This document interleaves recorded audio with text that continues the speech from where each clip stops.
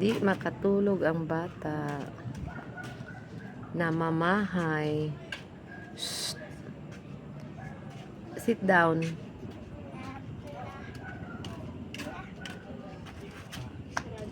Ay, ako din. Duyan din ako dyan.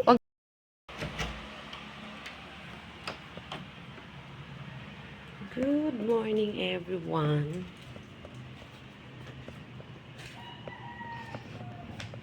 Kunyari, nasa vacation si Mamshi. Char.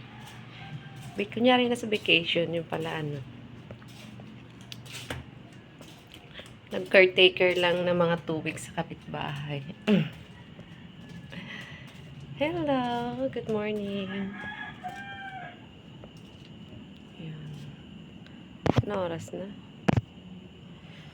3:59 in the morning.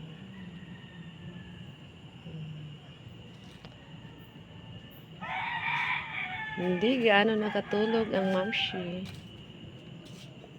Namamahay.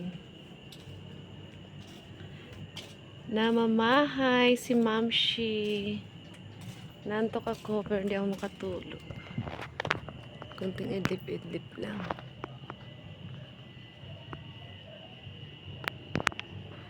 Ayan. Sana yun. Ayun lang naman, oh. Diyan lang naman yung bahay namin. Ayan. Kaso, andito tayo kasi kailangan may tao dito sa bahay ng ating friend. Kasi sila ay nag-vacation for 2 weeks. Dito lang matutulog siya. Uuwi din maya sa bahay. Paggabi na ako andito.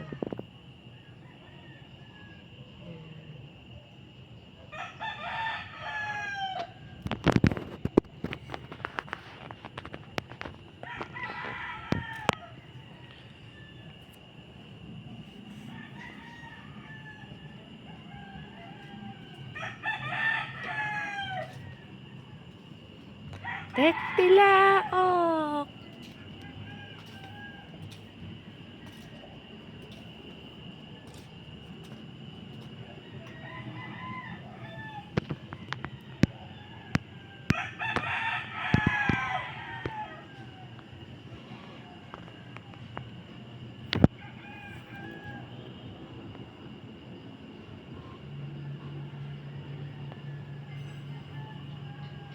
Ano ba yun?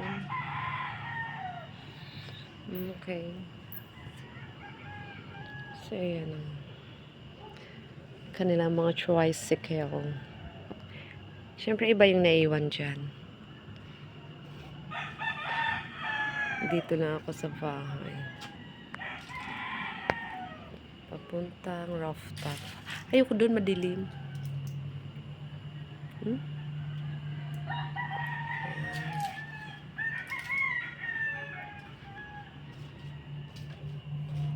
Ang lamig dun.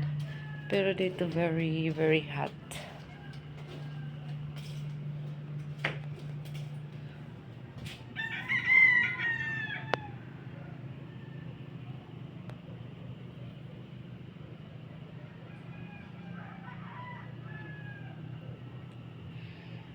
Ayan. Gusto ko nang umuwi. Ang tagal mag-morning. Namimiss ko na yung mga anak kong pusa sa bahay. Namimiss ko ang aking mga alagang kuting. I see.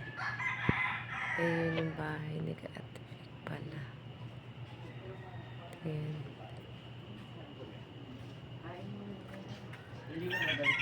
Sino ito?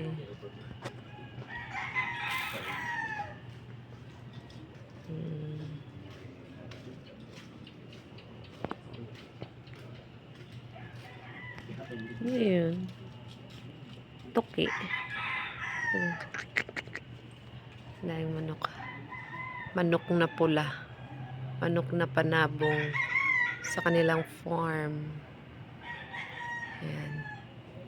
Bye everyone. Thank you for watching. Ay, Diyos ko, alas 4 pa lang, di ako makakatulog. Ano lang? 3 hours lang tulog ko. Hindi ko alam kung tulog ba yun. Parang hindi naman ako nakatulog. Namamahay ang mamshi.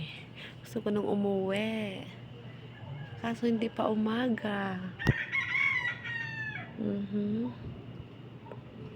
Bye! Tapos nagutom ako bigla. Ayan. Eh, walang kape. Hindi ako nakadala. Soft drinks, 4 a.m. in the morning.